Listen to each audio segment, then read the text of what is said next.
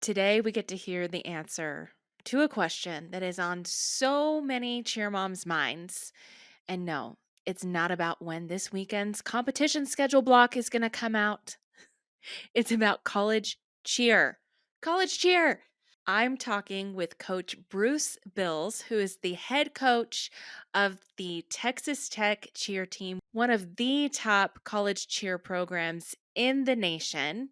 He has been with Texas Tech cheer for over 20 years. He led Tech to their very first large coed D1 championship. He was voted Coach of the Year by the College STUNT Association, and he graciously took the time to talk to me and answer all of our questions about college cheer. Now, I took this to the Facebook group, the Cheer Mom Hive, and you all had some very smart, very good questions, and I asked almost all of them of Coach Bills, and he answered every single one. So, questions like, what does it take to be a college cheerleader? Is it required to attend clinics? How do you get noticed at one of those clinics if you do go? What if you're a girl cheerleader, but you're not a flyer and not a tumbler? Can you still make college cheer? He goes through it all with me, and I think that you're going to find this episode highly informative and helpful. And as always, please keep those reviews coming. I do want to read one really quick, if I may. This one comes from Eleanor K. Moody. They say, I have read your blog and watched your TikToks, and now I get to hear your thoughts. This is something any cheer mom, elite, and rec should listen to. Thank you so much.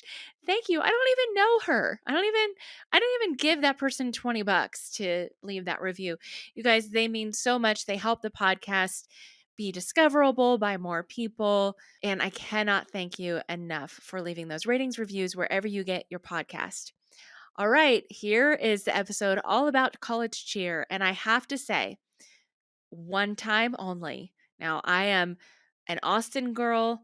I'm also a Baylor girl. So just this once, coach, Reckham Tech. All the moms in the world, let's chat it up. We're talking competitions, uniforms, and all of the above. It's the Cheer Mom, yes, the Cheer Mom podcast. Cheer Mom, yes, the Cheer Mom podcast. Cheer Moms, your podcast is on. Okay, Coach Bruce, first of all, thank you. I am just thrilled that we get to talk. And we were just kind of chatting off camera, and I noticed you you have the best background. I mean, you must do a lot of interviews. Well, we try and like to look nice, you know. But yeah, those are all my 20 squads. This is my 20th year at Texas Tech. So 3 of those were me as an athlete here, and then a 5 assistant coach, and this is my 12th year head coach. That So is all so my cool. athletes that I've been working with or coaching. So Just your background shows how into creativity and aesthetics you are. So we'll get into that. thank you. Everything about Coach Bills is creative. I can already tell. Well, Okay, that's so let's talk just for a little bit about your background and how you've been in cheer a long time. You've coached at Texas Tech for a long time. Obviously, it's one of the most successful cheer programs in the country. So you know a little bit about your craft and about the sport. So how did you get into this? sure. I grew up in a small town just outside of Lubbock here. So Texas Tech was always my dream, to where I came to games, I would just watch the cheerleaders, to where I didn't care about the sport, you know, but I was watching the cheers because that was my passion, and that was something that I wanted to be a part of. So, you know, grew up doing that. I was in some tumbling. But also back in the day, I mean, you know, we were good back handsprings. You know, we really didn't have standing full squads like that we Right. have now. You know, so the skill level was drastically different. But you know, we did it just because we loved it and it was fun. So that's why I started. In junior high, started cheerleading and then kept going and developed, and it worked hard. You know, it takes a lot to you know, chase your dreams, and so you have to work and put in the time outside of the normal practices. So, but cheer through high school. And then, you know, what people don't know sometimes, and we'll talk about this later, is I got told no my first year trying out for Tech. Did not make it.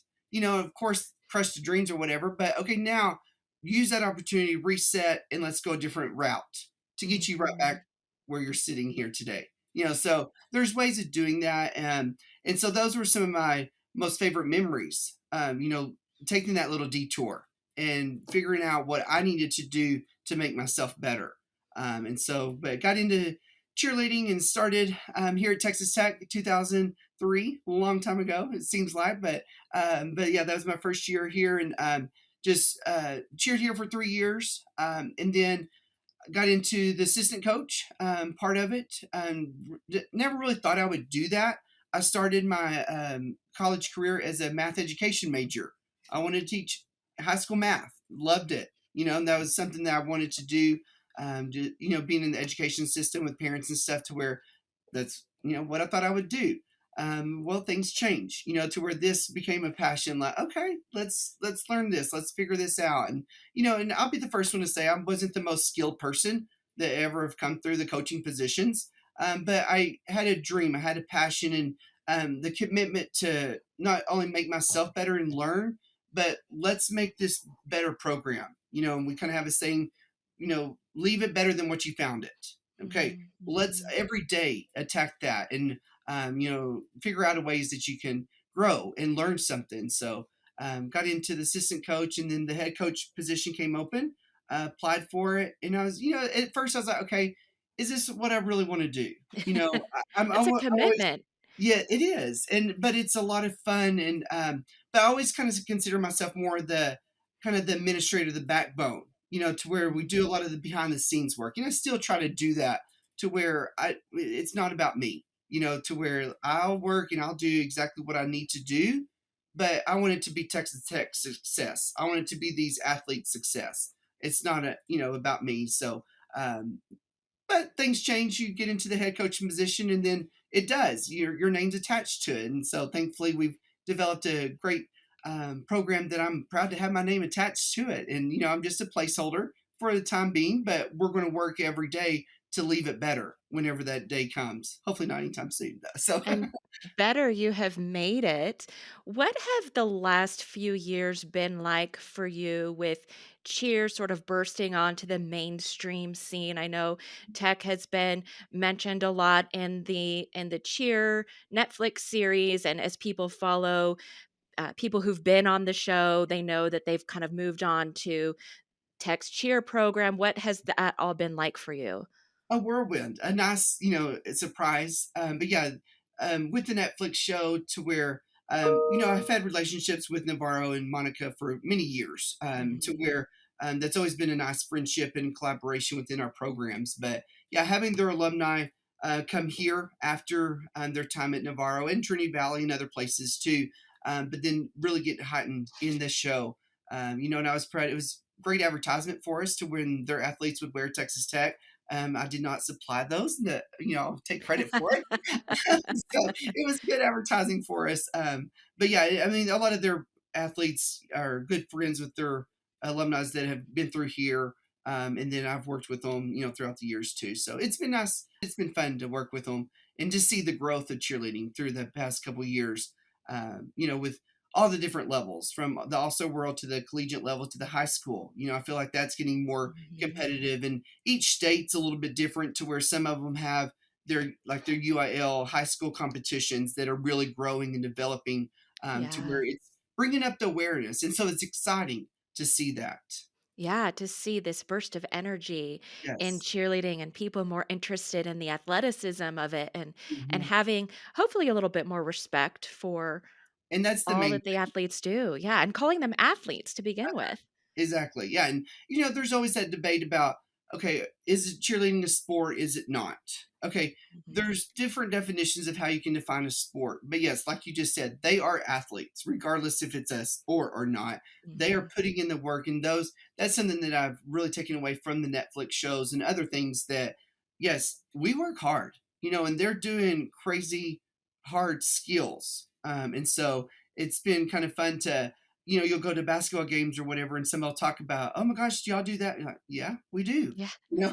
And sometimes you do have those falls. Obviously, you want to keep the athlete safe, your first priority, but yeah, sometimes it's a trial and error and like, oh, okay, well, let's do it better next time, type thing. Mhm, So, mhm. but the show has kind of brought in a height of awareness and respect, like you said, for it. So that's exciting. It is exciting. Okay, so I put questions out to our Facebook community, and cheer moms have some burning questions Yeah, about yeah, college cheer. I yeah, don't know why I was so surprised, right. because it is a little bit of a mystery. So we're going to get into some of this stuff around college cheer because it is different, and it's a whole new world for many reasons. But let's start around the conversation of funding for cheer programs and even some athlete scholarship money. What does that look like in the college scene? Is there opportunity for scholarships for cheerleaders? There's not a set formula. That's the main thing. Because, and it's a double edged sword here, because we're not governed by the NCAA or within the conferences or, whatever level that you're at, there's not a set standard.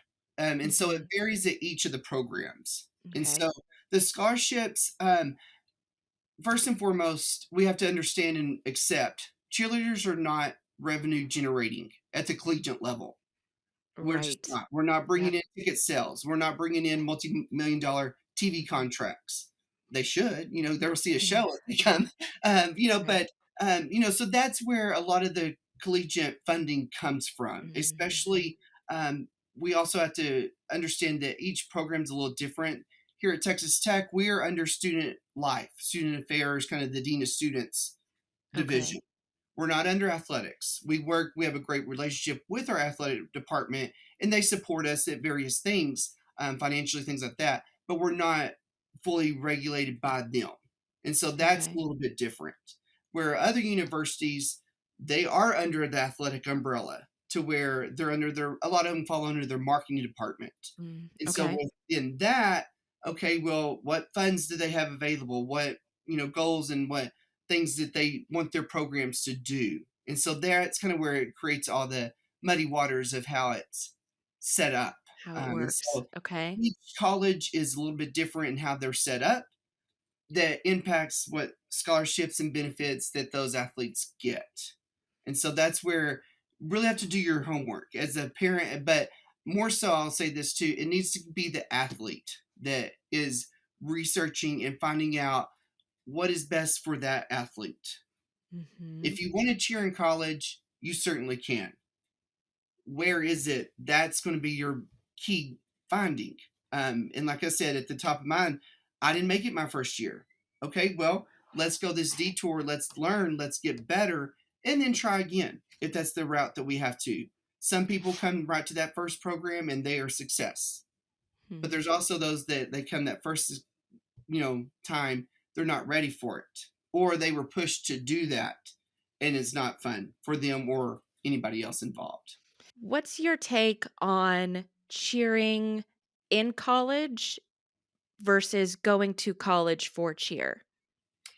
Good point. And I get to, because they are athletes and this is their dream and passion that they Mhm. grew up their whole life doing, much like a football player, to where they've done the AllStar camps, they've done this, they've played in high school, they're going to college because of their sport.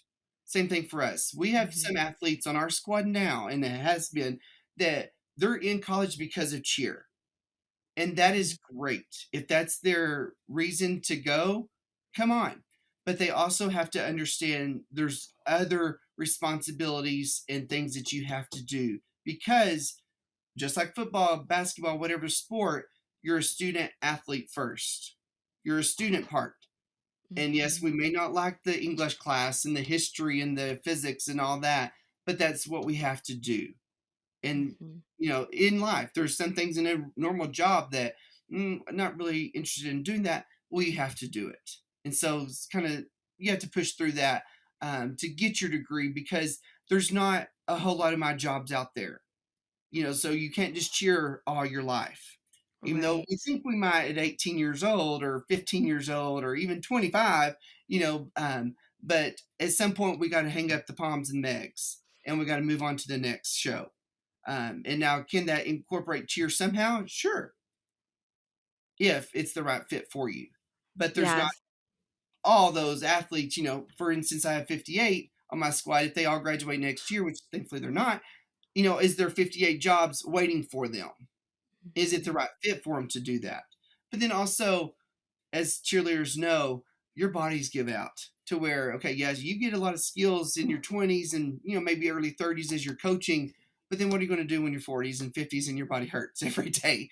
So you Mhm. got to have that backup. And so that's kind of where that student athlete, that student part comes again first, because you got to have something to fall back on to make yourself So successful. thinking long term. Yeah. Sure. Yeah. Absolutely. You gotta think long term and big picture, and as much as cheer is a part of your life in high school and even when you're 18 or 19, that that may run out at some Mhm. point. So thinking about beyond that, that's Mhm. super smart. Thank you for that advice. So Using it as let's go. motivation, but then also, okay, let's balance this with something else. Right. Kinda gotta think of Right. that. Cheer does not always pay all of the bills. Exactly. Exactly right. You can go get a coaching job at your local all-star gym, but Uh-huh. You might have to have something that's else. not gonna support your kids probably. Right. Exactly right. Yes. So let's go back to that funding piece and whether cheer is a sport. And you mentioned the NCAA. Do you see cheer becoming an NCAA recognized sport, especially with the U.S. Olympic Committee recognizing it? What do you see the future of that being, and does that play into more funding for college cheer? I'm gonna say this. This is my personal opinions. So Sure, it's we not won't hold you gospel to by any it. means. Uh, my thoughts on it currently with the current system that the NCAA is. I would not be in favor of them coming in and taking on cheerleading as it is now, because a lot of those, and not picking them by any means, those administrators within the NCAA, they don't understand cheer. Hmm. And so that's why we're kind of seeing now they're implementing rules for this tournament or that tournament, and it's just they're just covering, so if something happens, which I get, but they don't understand it from all multiple levels. I don't understand everything from multiple levels, and I've been in it for many years.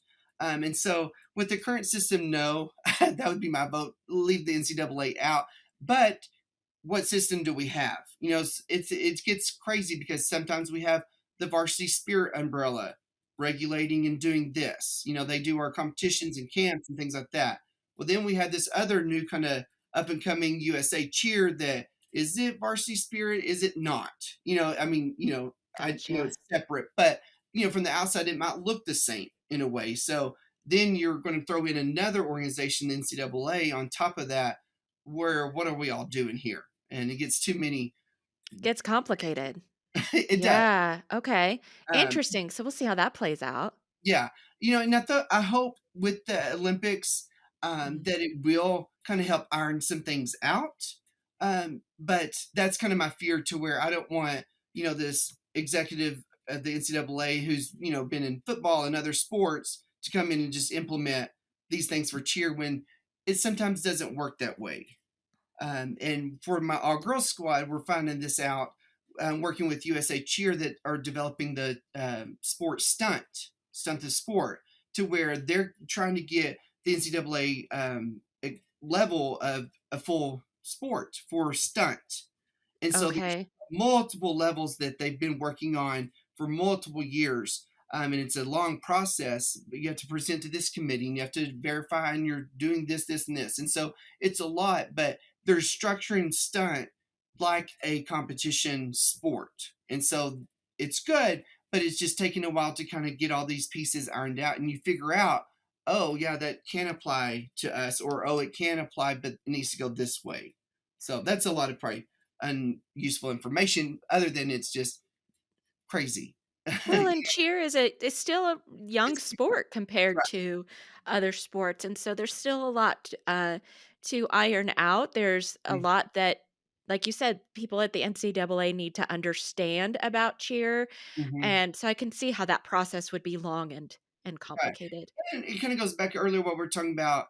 If we can't even accept how it's regulated at every college, because sometimes we're athletics, sometimes we're student affairs, sometimes we're a student organization.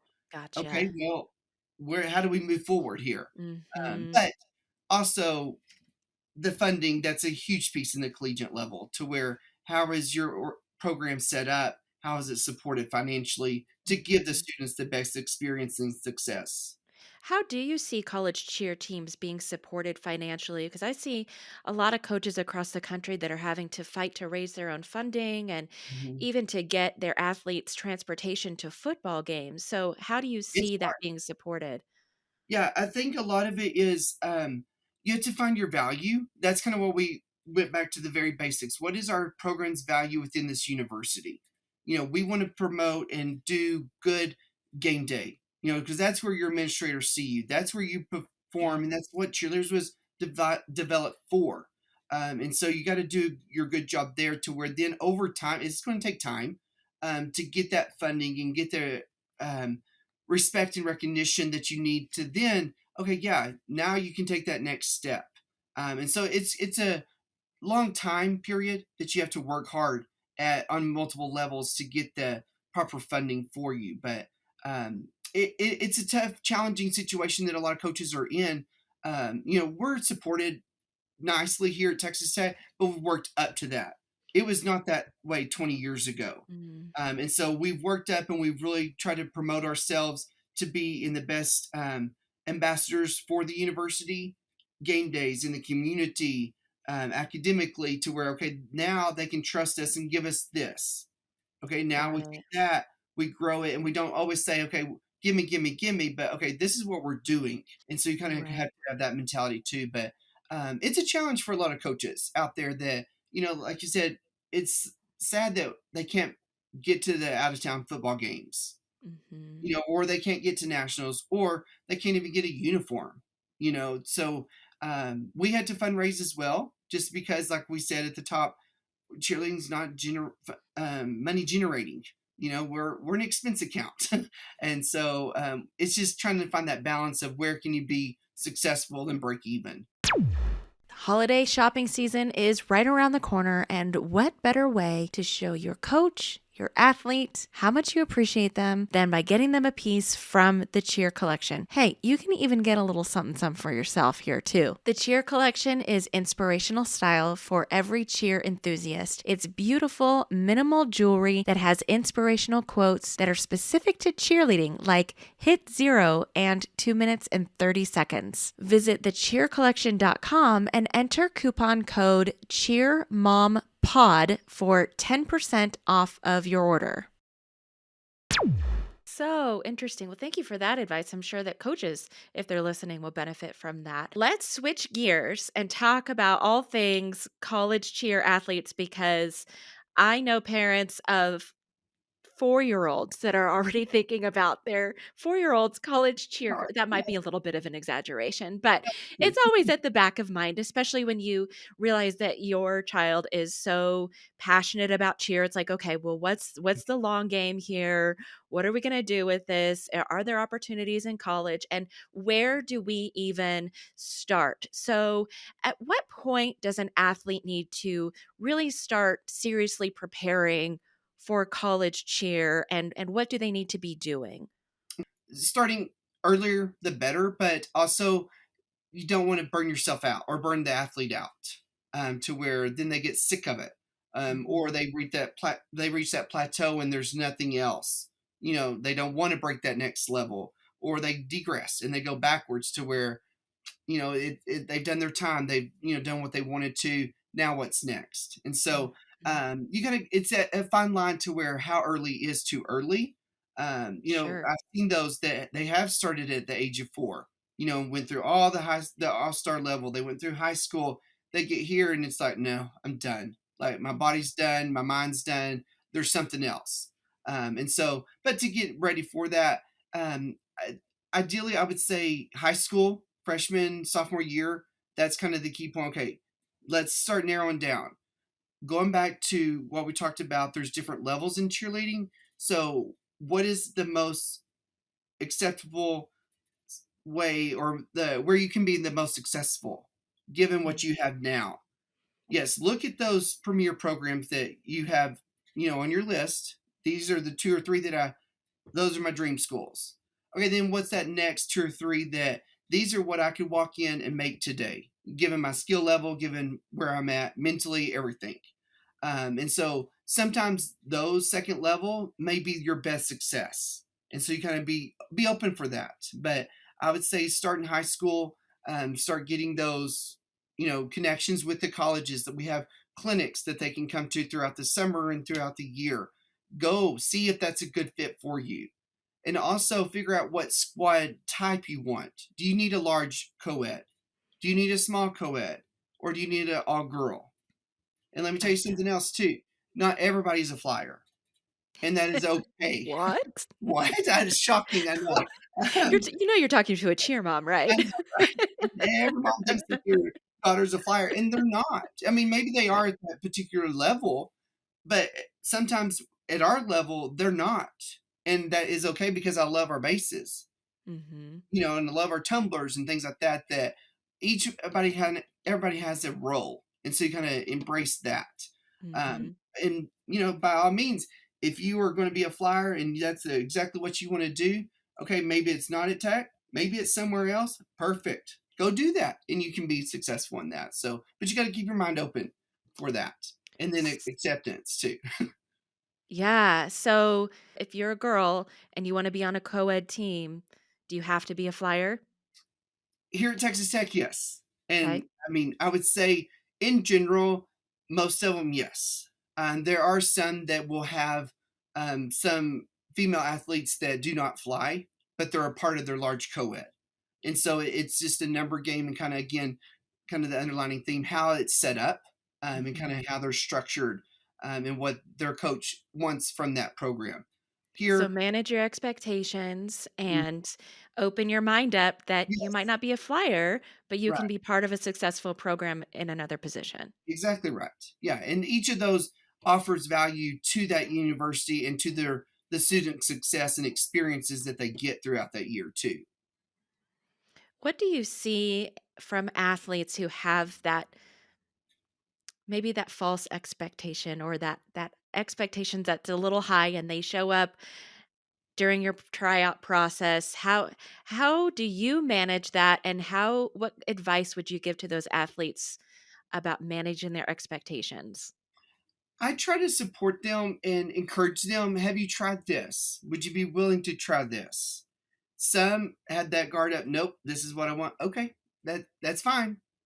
It may not be here. Okay. So, it's kind of a case by case situation Mhm. that, but yeah, I always try to, okay, well, did you try this? Or are you open to trying this and see kind of, okay, you can be success, and I would like you to be here at Tech, of course. I mean, in a tryout and a selection process, as coaches, we're not sitting up there. Oh, I can't wait to say no to this people. No, it's exact. We want the best for the athlete, but then also forecasting what we want for our squad that year. What is the best fit? And there's a lot of Mhm. multiple levels that and very various factors that we're evaluating when we're making the team, and so you got to be open to being able to, okay, yeah, maybe, like we said, I've been a co-ed flyer all through AllStar, which is challenge different because sometimes a co-ed flyer, you have two bases under you. Yeah. AllStar, Mhm. and at the collegiate level, you have one male base under you, how we do it. Now, there's Right. others that might have the variations, and so you got to keep that in mind too. What is your skill set? What is your experience? So are you one single base, two person base, whatever? So it's just the setup. That's the key thing. Yeah. But yeah, if somebody comes in wanting to be this position, okay, we're going to try and we'll work with you, but you may have to accept that a no might come. But there's potential that if they're willing to try another position that they might have a place there. Absolutely. Yeah, Love that. Yeah. absolutely. And who knows? It may be the exact perfect fit, and that's what we Mhm. want So as an good athlete. attitude, open mind, be Yes. willing to be flexible, manage Yeah. your And expectations. then also just being if it takes a step back just a little bit and you have to like learn something else, a new position or try something else, okay, what is your reaction to that? I kind of watch people, especially at clinics and things like that. they come to be a co-ed clinic or whatever, and they want to be a flyer, and they're just maybe not ready. Okay, what is their body language telling me? Are they just getting down on themselves? That's one thing that we can motivate and help as coaches and other athletes, to pick them up. But also, we got to be realistic. Are they getting kind of false hope in a way from somebody external pieces to where they're just not going to make that level, and they just stand back and be shy or just kind of disengage completely. And so you kind of have to watch your reactions to the situation. Are you able to get the work in? Are you open to doing other things? Are you completely shutting down? Kind of what the um, mindset is at that moment. But So you mentioned clinics. So let's talk about clinics. mhm, I have a ton of questions and I'm going to try not to ask them all at once. But sure, that's when fine. it comes to attending a college clinic, your junior, senior in high school is usually when I've seen girls and boys start to really look into those college clinics. Where do you suggest they start? Should they attend as many clinics as possible? Should they travel to maybe a tech clinic when maybe they're not planning to go to tech? How should they be looking at clinics? Sure, it's come with the open mind. Yes, if we have one that you can attend that maybe tech's not your ideal school or your level or whatever the case may be, but still come early. Your junior year, just kind of get a feel for it. But then find that school, find that program that you might be a better fit for, or where you want to go, and go visit their campus. That's a key thing too, to where Lubbock is Mhm, different. We're 5 hours away from Dallas, to where our mhm, environment and culture and weather is different mhm. from somebody from LA or New York or whatever. So you got go visit and see if that's a good fit for you. But yeah, when you come to clinics, yeah, try it out. See if this is something that you want, because regardless of the level that I talked about, a co-ed stunt is a co-ed stunt at collegiate level. To where, Okay. are you learning? Are you progressing? Is it a good fit within the other athletes? And maybe that's something that you didn't even think about. Oh, I want to go to XYZ school, but I'm going to go to here for the clinic. Well, maybe that opened your door to, oh, I can learn this, or I want to learn and be here. Try various clinics and locations. Do you have to attend a college clinic to make a college team? Here at Tech, no. Some schools, yes, because they go through kind of a recruiting model to where you have to be recruited from those clinics to make the squad later. Okay. We use those clinics in twofold. One is to get the athlete the experience, but then also we are recruiting them in a way. But then I take those successes and encourage them and want them to come to tryouts, and then that's where we kind of have our final selection process. So, but So we you're also, watching at clinics and you're noticing people there. yeah, and we kind of use that, but then also there's those times that we get the schedules are crazy, Mhm. to where finances are, where you can't attend all our clinics or whatever. So if you can't come, there's still hope and you can still make it. But those kind of give you a good kind of indication of, is this the right fit for me? Is this the right skill level? Is the coaching staff what we want? Is the team athletes and the dynamics, culture what we want as well too? So, and you kind of get a little bit of that experience from the clinics regardless of where you go. Sure. So how do you get noticed at a clinic? You've already mentioned good attitude and body language and reaction to maybe mistakes and things like that. But what are some ways, especially if you're not a flyer and you're not a last pass tumbler, what Mhm. are some ways that you can get noticed at a college clinic? Be in the right position, like we said, to where, okay, except maybe you don't need to be a flyer. We'll come to the all girl piece. See, are you a really standout base, or do you need to fly on them? To have the multiple person bases instead of a singular male base or something. So, yeah, seeing kind of what skill level you're at, but I would say a lot of it, the skill will kind of take care of itself, and you kind of put yourself in those categories to where you're being seen, you're being noticed. Another point that just came to mind: don't be afraid to step up and try. To where in a clinic, there's some are really structured, some are kind of okay, just in an open gym type situations. Step up, Don't be afraid to ask, okay, can I do this stunt? Can I do this stunt? When we tumble, don't like slowly go over here and take water breaks every 2 seconds. No, go through 3 or 4 passes. And even if it's not, full through to full, okay, well, back it up and do a nice layout multiple times. Let me see your potential. Let me see your consistency. So those are the things that you can do, regardless if you're not the most skilled athlete at the clinic. Do what you can do it well, and do it multiple times, and kind of show your interest in that way. That's kind of my take on it. So in cheerleading, there is, I think, a thread of perfectionism, Mhm. because we all want to be perfect. You know, it looks beautiful when everybody hits and nobody makes any mistakes, and so I think that athletes are putting that perfection on themselves and expect themselves to be perfect Mhm. every time. And as much as we all tell them it's okay not to be perfect, it's okay to make mistakes, I imagine that when they are at a clinic or performing in front of someone like you, that mistakes are compounded and an even bigger deal. And so I can imagine that there are athletes out there listening that think, well, I don't want to make a mistake at a college clinic. And so they do hold back because they're afraid of making those mistakes. What would you say to them? Don't hold back.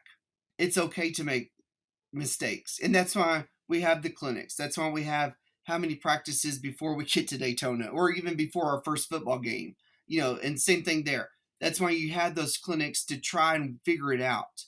I'm very accepting and understanding that, okay, a new person coming in, top girl, stunning with a different flyer, or I mean, a different base.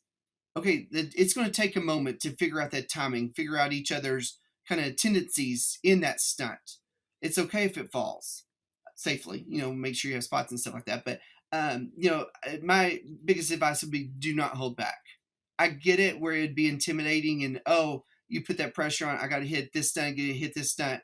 Okay, not Mhm. everybody needs to do a front hand double up.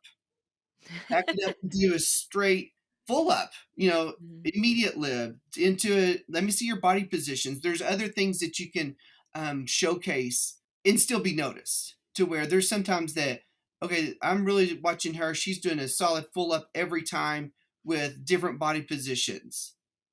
She's has a clean pop off. She has a clean double down, whatever. Okay, we can work and teach that. Does she have potential to grow into a backhand spring? Does she have hand in hand? Whatever the skill level is. But yeah, I would say do not hold back, and just kind of put that perfection, perfect mind, kind of out. And that's also, some parents get mad at me. I'll say this too. I don't mean to be mad or make people angry, but that's what I found too at our clinics. I don't let parents watch the whole time, because that adds pressure to Mhm. the athlete, Mhm. because the phone is constantly videoing everything that their athlete is doing, which is fine. Don't bash me here, but it's easier if you kind of get away and let the athlete be in its kind of natural environment and learn and make those mistakes. Mhm. Because I get it. In my eyes, you should fall the first couple of times. It's not every stunt not is not going to hit absolutely perfect. If it is, okay, we better be bumping up a level. Try something different. Well, and as a mom of a college cheerleader and a college student, moms, this is really good practice to start letting go because you won't It's get to hard, be and I around get all it. the time. Right. And I get it, and I love parent involvement too, but that's the kind of a first, yeah, like you said, a good first step and a good practice for both. The Yep. athlete they kinda look around like, "Where is mom, dad?" She's not here. She's not gonna She's be not here. gonna be at your practices when you get to college. Exactly right. Yeah, that's Yeah, a tough one. That's it thank you is. for speaking that truth to Yeah, us. We I'm need to hear sorry to, it. but yeah, I mean, and obviously too, just some of the facility roles and stuff that we've been in, that also Mhm, plays a part of it. But it's easier just, come at the end, see them after they've kind of worked and kind of gotten to an appropriate, comfortable level. mhm. Then showcase. That's kind of what I use those for. Love it, love it. So let's talk about all-star cheer and high school cheer. Mhm. both of them are, like we said at the beginning, are growing and have a lot of energy and attention on them right now. And we talked about in a previous episode how it's possible to do both, Mhm. but we're also seeing programs across the country making athletes choose between Mhm. all-star and high school. And that's a tough choice when you're in 8th and ninth grade. Man, that's tough if you've been an Right. all-star for a long time. If an athlete has to choose between all-star and high school when looking forward into the college cheer scene, is there one that will benefit them over the other? My take on it is no. I don't. I like to get the background of the athlete to see, okay, kind of where's your experience? Where have you trained? My suggestion would be, where are you going to be the most successful? To where are you going to gain the most practice and experience and skill level development? Is it all star? Is it high school? Or is it a combination of both?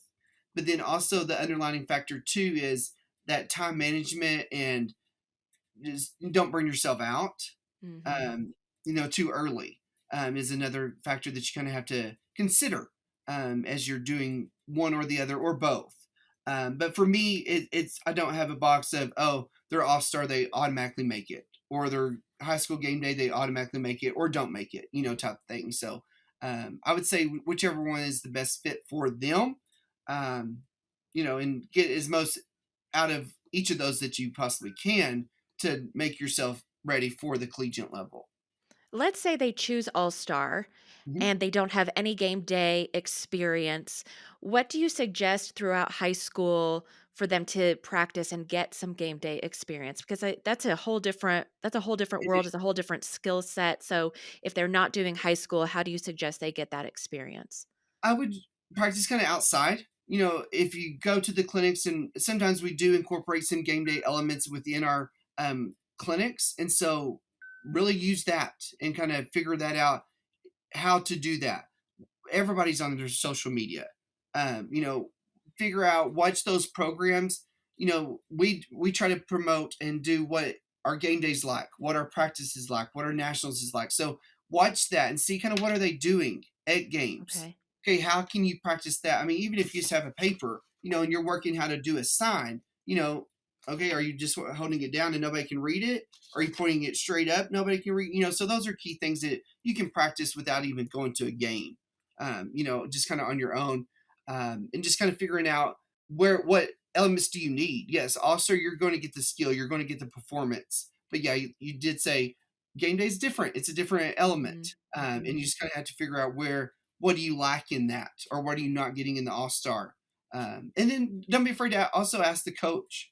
I'm willing to help you out because I love game day. That's all I did. I never competed a day in my life. And so, that's what I love and to do. I'll help you out with that, but also just kind of do your research and figuring out what are you not getting from doing just all star that you can kind of Okay. work on your own Yeah, within. because high school athletes can always, and most of them do, will practice at an all-star gym or do private tumbling lessons. So I feel like it's a little bit easier for a high school athlete to sort of pick up some of those more all-star related skills. But I really wanted to cover that game day piece because that's just something that was all new when my athlete branched out Right. in addition to all-star. So it was a Right. whole new practice time. Exactly. Yeah. And maybe sometimes too, it may be good if the high school squad is really good at game day.